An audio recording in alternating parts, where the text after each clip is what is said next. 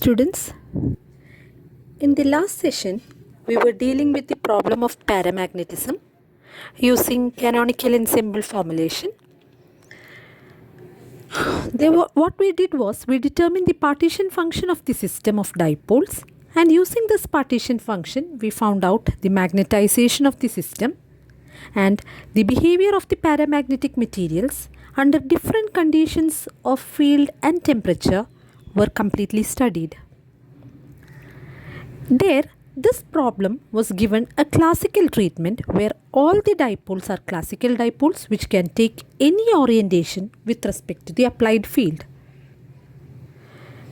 Today, we are going to deal with the problem of paramagnetism, giving it a quantum mechanical treatment.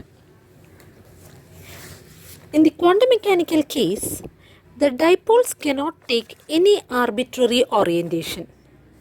That is, their magnetic moment mu and the z component of magnetic moment mu z can take only certain selected values.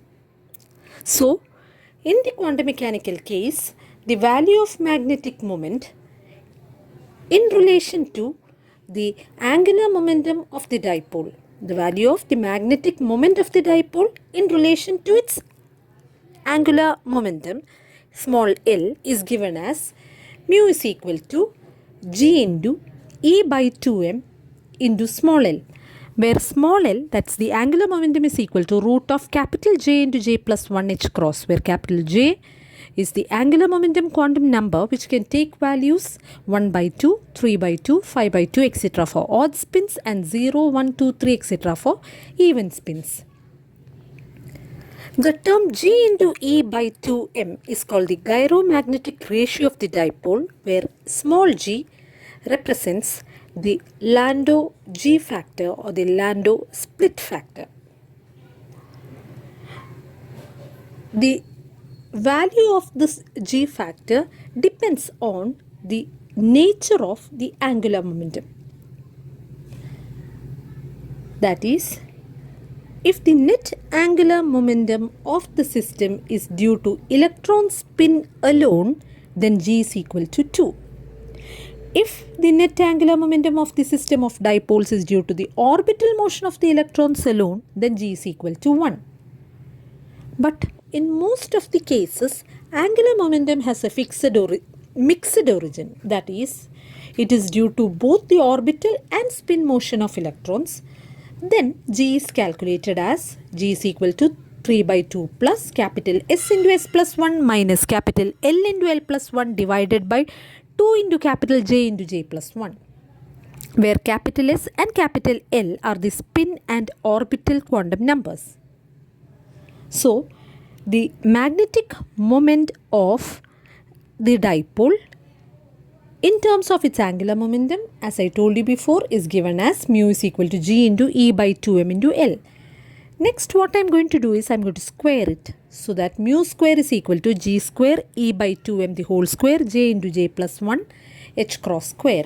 That is equal to G square mu B square J into J plus 1, where mu B is equal to E h cross by 2m, which is the Bohr magneton, whose value, as you know, is given by 9.27 into 10 raised to minus 24 joule per Tesla. So, I have written the square of my magnetic moment in terms of Bohr magneton. Next, we write down the equation for the Z component of magnetic moment, that is the component of magnetic moment in the direction of the magnetic field in the quantum mechanical case. That is, mu Z is equal to G into mu B into M. That is, it is the product of the Landau G factor in Bohr magneton and small m. Small m is the magnetic quantum number which can take 2 J plus 1 values, and the value of J ranges from minus J to plus J. Thus, we find that a dipole with magnetic moment mu can take only those orientations which will satisfy the equation for mu z. That is, its allowed orientations are those which will satisfy the equation for mu z. So mu z can take only certain specific values depending on the value of m. That is, m can take only certain specific values from minus j to plus j. So mu z can also take only certain specific values. So mu z, which determines the orientation of my dipole. So the mu z decides or determines the orientation of our dipole. So the dipole can also take only certain specific orientations in the quantum mechanical treatment. So, and the number of such orientations possible is given by 2j plus 1. I think it's clear for you. That is, our dipole can take only those orientations which are compliable or which are conforming with mu z, and the number of such orientations is equal to 2j plus 1 because mu z can take only 2j plus 1 values. Okay, so with this information in mind, I am going to write down the single dipole partition function as we had done in the classical treatment. That is, we are finding out the single dipole partition function as q1 beta is equal to sigma j e raised to minus beta e. Here E is the potential energy of a dipole. Potential energy of a dipole, as you know, E is equal to mu dot h. Mu dot h. So that is mu h cos theta. Mu cos theta is the z component of magnetic moment. Or I can write my E as mu z into h. Mu z into h. In the quantum mechanical case, mu z is g into mu b into m into h. So that the potential energy is given as negative mu dot h or negative of mu z into h. So negative, it becomes positive, and I get q1 beta as sigma minus j2 plus j e raised to plus beta g mu b m into h. Now I introduce a new parameter x equal to g into mu b into beta into hj, so that I replace my q1 beta in terms of this s as q1 beta is equal to sigma of minus j2 plus j e raised to x into m by j. Next, I expand this equation, that is q1 beta is equal to sigma minus j2 plus j e raised to x m by j.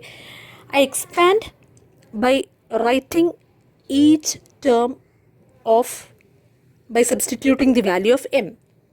So the first term I get it as e raised to x into minus j by j, that is e raised to minus x, plus second term e raised to x into minus j plus 1 divided by j, that is e raised to minus j plus 1 into x by j. Third term e raised to minus j plus 2 into x by j. Okay, and this goes on till I give my m the value plus j, that is the last term is e raised to plus j x by j.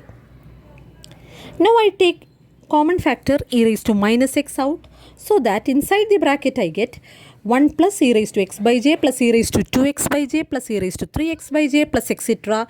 The last term as e raised to 2j into x by j. Now these terms inside the bracket represents a progression, a geometric progression having finite number of terms, having n number of terms. And the sum of such a progression of such a series is given by Sn is equal to a r raised to n minus 1 by r minus 1. Here in this case a is equal to, that is the first term is equal to 1, common ratio r is equal to e raised to x by j, and the number of terms is 2j plus 1.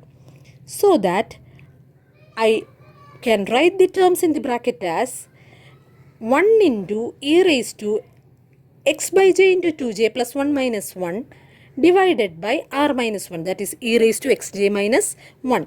So that my q1 is equal to e raised to minus x into e raised to x by j 2j plus 1 minus 1 by e raised to x by j minus 1. Next, what I do is I multiply the numerator and denominator by or I multiply and divide the terms in the numerator by e raised to x by 2 into 2j plus 1, and I multiply and divide the terms in the denominator by e raised to x by 2j, so that my q1 beta reduces to e raised to x by 2j into 2j plus 1 minus e raised to minus x by 2j into 2j plus 1, the whole divided by e raised to x by 2j minus e raised to minus x by 2j. On multiplying and dividing the numerator and denominator by 2, I can write it in the form of a hyperbolic function as q1 beta is equal to sin h 2j plus 1 by 2j into x divided by sin h into 1 by 2j into x. So this is my single dipole partition function. Okay. Next, I find out the mean magnetic moment in the direction of the field. So in the classical treatment, I had found out the equation for the mean magnetic moment mz as mz equal to n by beta dou by dou h into log q1 beta, or n by beta dou by dou h of log my q1 beta is sin 2j plus 1 by 2j into x by sin x by 2j. Now I differentiate it. N by beta into dou by dou h of log of a function. I get 1 by that function. So I write the reciprocal here, sin h by 2j, and divided by sin h 2j plus 1 into, I apply quotient rule, that is denominator into derivative of numerator minus numerator into derivative of denominator, the whole divided by denominator square. On simplification, I get mz as n g mu bj into, inside the bracket, 1 plus 1 by 2j cot h into 1 plus 1 by 2j x minus 1 by 2j cot of 1 by 2j x. Now these terms inside the bracket forms a special function called Brillouin function bj of x. That is, my mz is equal to n into g into mu b into j, and these terms inside the bracket forms what is called a special function called Brillouin function of the order j. So that next I write down the mean magnetic moment per dipole, that is mz by n is equal to g into mu bj bjx, where bjx is the Brillouin function. This graph shows the nature of bjx with x. How does bjx vary with x? Now we find that for all the larger values of x, 2, 4, 6, as x progresses, my bjx tends to 1, value 1. So that is how the Brillouin function varies. So I got my mean magnetic moment per dipole as g mu b j into bjx. Now I study the nature of the paramagnetic materials under special conditions. First one, strong field and low temperature. As you know, in the beginning of the previous session, I had told you, in the statistics of paramagnetism, what we are going to learn is how a paramagnetic material will behave, or what will be the ratio of h by t, or how does the ratio of h by t determine or vary the nature of the dipoles in a paramagnetic material. That was what we considered in the beginning of the last session. So on its basis, we are going to consider the different cases, that is, first one, a strong field and a low temperature. So in our x is equal to g mu b into, it's not mu hj, it's beta hj, where beta is equal to 1 by kt. So T is in the denominator, H is in the numerator. So H is large and T is low means my X is very much big. If X is big, in the previous graph we saw that Bjx is nearly equal to 0, or my mu z bar becomes equal to mu z bar G into mu B J into 1. Bjx is equal to 1. This corresponds to a state of magnetic saturation, because J can't be varied, mu B cannot be varied, G cannot be varied. So mu Z bar has reached a maximum value. It corresponds to a state of magnetic saturation. Next, when the field is weak and the temperature is high, so that X becomes becomes a very small value, then my Bjx can be expanded as 1 by 3 into 1 plus 1 by j into x. That is, I consider only the first term in the expansion and I substitute it in the equation for mu z bar, and I get mu z bar is equal to G into mu B J into 1 by 3 into 1 plus 1 by j into x. So that my answer becomes like this. Here we see that mu z bar is equal to G square mu B square 2j plus 1 into j h by 3 kt. From the equation for mu z bar, I can write down the equation for the magnetization of the material. That is, magnetization is given as mean magnetic dipole moment per unit volume. Suppose N0 is the number of dipoles per unit volume, then N0 into mu z bar will give me magnetization. So N0 into G square mu B square j into j plus 1 into h divided by 3 kt. Next, I find out the susceptibility. Susceptibility means the change in magnetization in response to the applied magnetic field, that is dou mz0 by dou z. So dou h, that is equal to N0 G square mu B square j into j plus 1 by 3 kt. Here we see that susceptibility is inversely proportional to temperature. N0 G square mu B square j into j plus 1 by 3 into k is a constant, and that forms our Curie constant, and what we have got is the Curie's law, that is chi is inversely proportional to temperature in the presence of a weak field and high temperature. So we have got the same result here also as in the case of the classical treatment, that is, in the presence of a weak field and high temperature, susceptibility is inversely proportional to temperature. Next, in the last part, we can simply go through the dependence of mu z bar on j. That is, how does the mean magnetic moment vary with j? First, when j is equal to infinity, what happens is we have to take our, when j tends to infinity, g must tend to 0, then only mu z bar will take a constant value.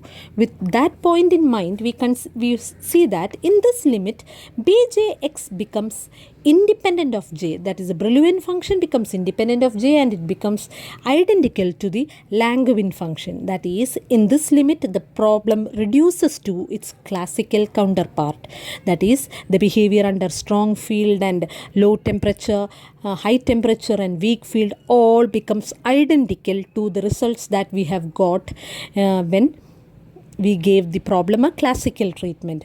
This happens when j is equal to infinity, or j tends to infinity.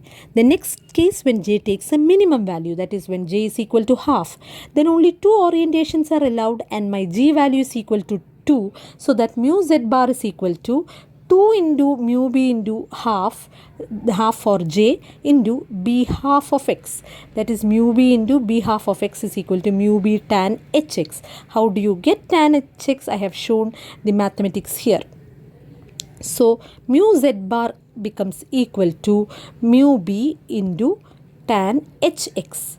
Next, if x is very high, there we have to consider two cases. X is very high means my field is strong and temperature is low, then tan hx equal to 1, then the mean magnetic moment is equal to the Bohr magneton. And when x is much less than 1, that is, x has a very small value, that means my field is weak and my temperature is high, then tan hx is nearly equal to x, so that mu z is equal to mu b into x. With this, we are completing the entire study of paramagnetism both under classical treatment and quantum mechanical treatment. I think the class is clear to all of you. So in the next portion in our syllabus will be covered in the next class. Thank you.